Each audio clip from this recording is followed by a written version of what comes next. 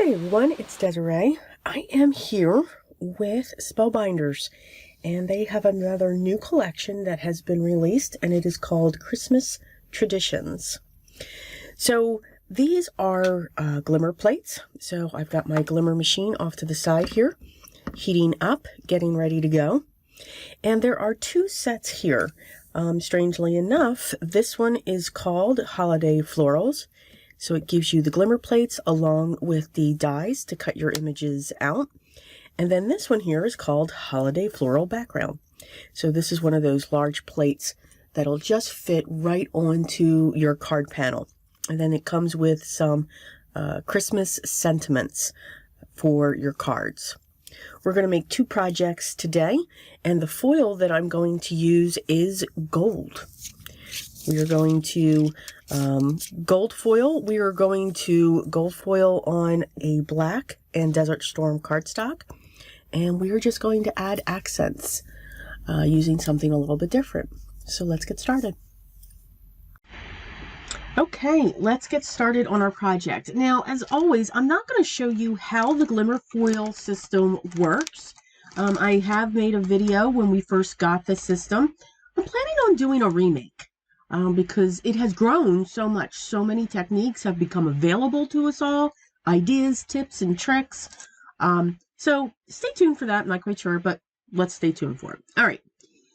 So I'm going to be creating two cards, like I said. So the first one, I'm going to focus on the background. So when I have a piece like this, one of the things that I like to do, so that I don't get carried away with the tape, is to take my cardstock panel, make sure it's cut to the size that I'm looking for, and then create hinges already attached to it. So I take the tape, attach it to the back so that I can just flip it up.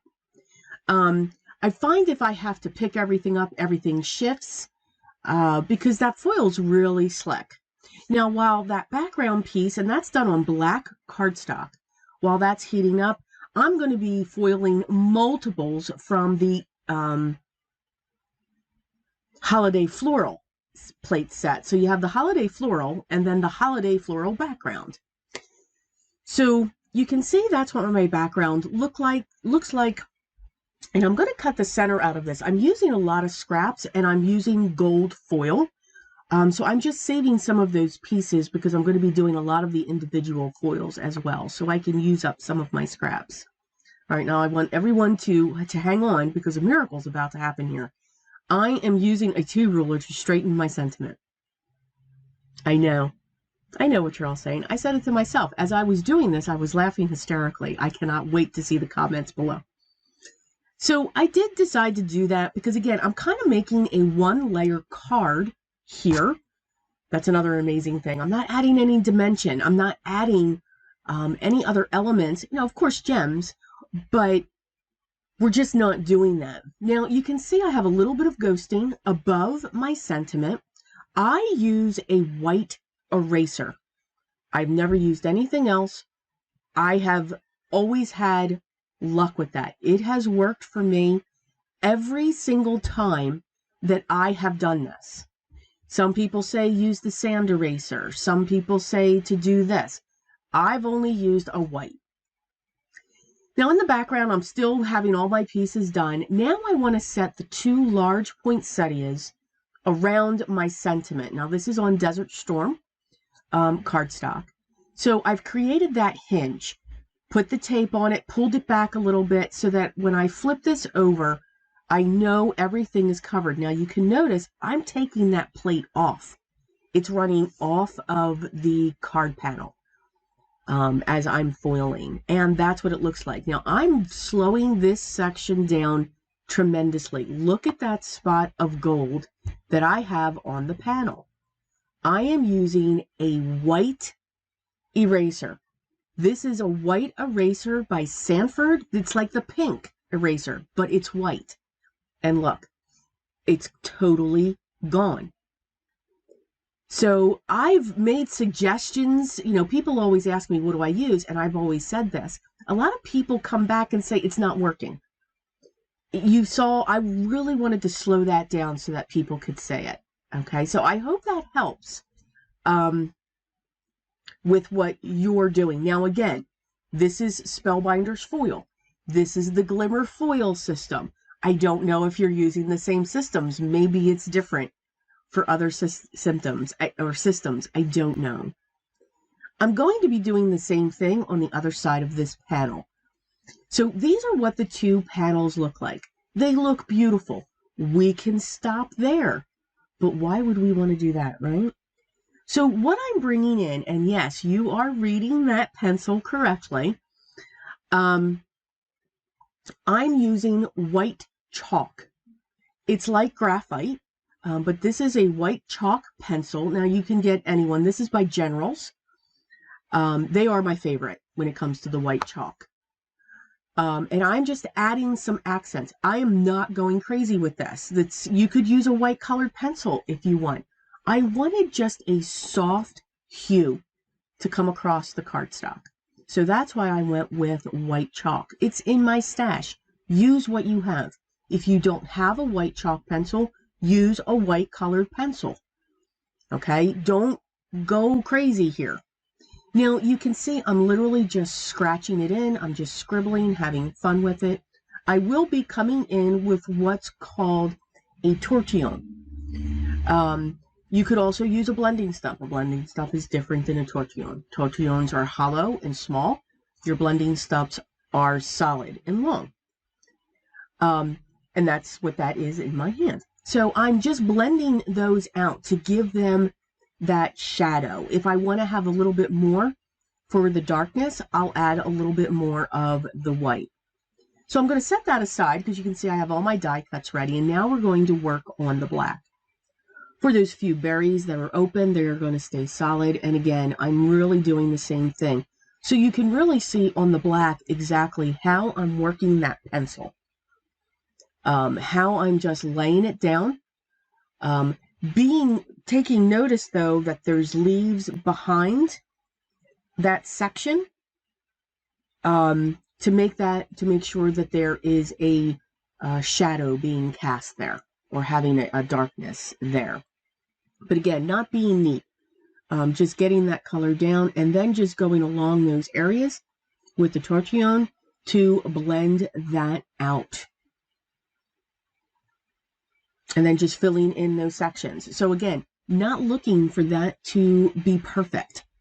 Just looking for that to have some color. So really making these pop. Again, do you have to do this? Absolutely not. They looked beautiful just the way that they were.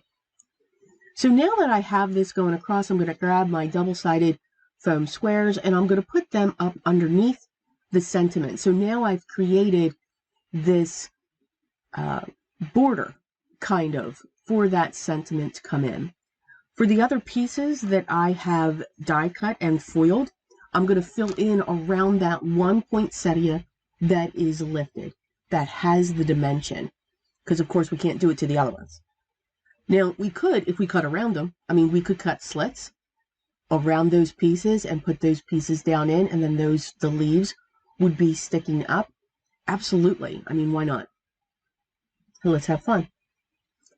So I'm still going to place those pieces around, and I'm cutting them to make them small so that they're not covering up the sentiment, and to make sure that that is clear and kept clear. I'm going to come in, I know, surprising, you didn't think the vintage photo was going to come in. Told you. So I'm just taking one of my makeup brushes and going around the edges with the vintage photo. While even though I have white on that, I feel that that panel is going to come up. Both of these panels have been cut to be 4 1/4 by 5 1/2. So it's just giving it a little bit of depth. Now, for the black panel, I am going to come in with white. And for that, I am using the Desiree K white pigment ink. And I'm just going around the edges, making sure just to create almost like a window. Just because it's white does not mean that it's not doing anything around the side. It's actually helping to lift all those pieces up and to make them stand out even more. Going to real quick clean off the glass mat. That's why I do love this glass mat. it hides the reflection, even though I'm actually looking at that and I'm actually seeing my arm, which is like the first time. So, but anyway, but I'm okay with that. What you're not seeing is you're not looking at my nose. I am adhering, I'm adhering my panels to my standard A2 size card bases, setting those up, and then I've grabbed, I believe these are my Pretty Pink Posh. They're either Pretty Pink Posh or Studio Katya gold metallic gems. I think they're Pretty Pink Posh. And I'm just going to be setting those around. Now, what I'm mainly using these for are the really tiny ones. I love this set because there's different sizes automatically in it. So I'm using the really small ones to fill in the center of the poinsettias. Just so they have that sparkle. And I'm putting in 3 for each. So I'll be taking, I have 3 on the brown cardstock, and then I'll have the 2 on the black panel. And then again, just adding, keeping the colors basically the same. Everything's gold. The accent is white. I do like the look of black, gold, and white, and then when you throw red in there, it just sends it into another level, which I think is absolutely wonderful. So I'm just going to continue here putting on the gems, setting those up. I am putting just a few more when it comes to the black one in the background, so it's almost like it's creating a night sky effect, and that's because we added the white pigment. One of the things that I love to do for holiday cards is when I use a dark blue background, go around it with black soot to make it darker, and then go around it with white so it looks like it's a frozen panel. And that kind of did this here as well. So splatters would have been great on that. But I wanted to keep it just to show off that foiling and all the beauty of that. So I hope you enjoyed the 2 cards that we created today, featuring the new release holiday traditions or Christmas traditions. I always get those 2 mixed up. Christmas traditions it is. And I hope I gave you a few tips and tricks when you use your Glimmer system. If you have, as always, everything I used will be listed down below. Forgot to say that. And by all means, if you have any questions, make sure you leave those down below as well. If you haven't yet, I'd love for you to subscribe, so make sure you do that. Make sure you ring the bell, and hopefully YouTube will notify you when the next video is out.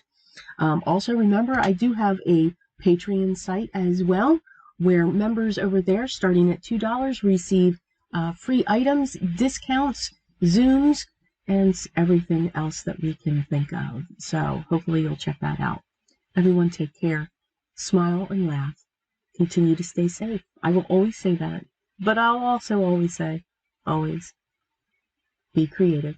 Till next time, guys. Take care.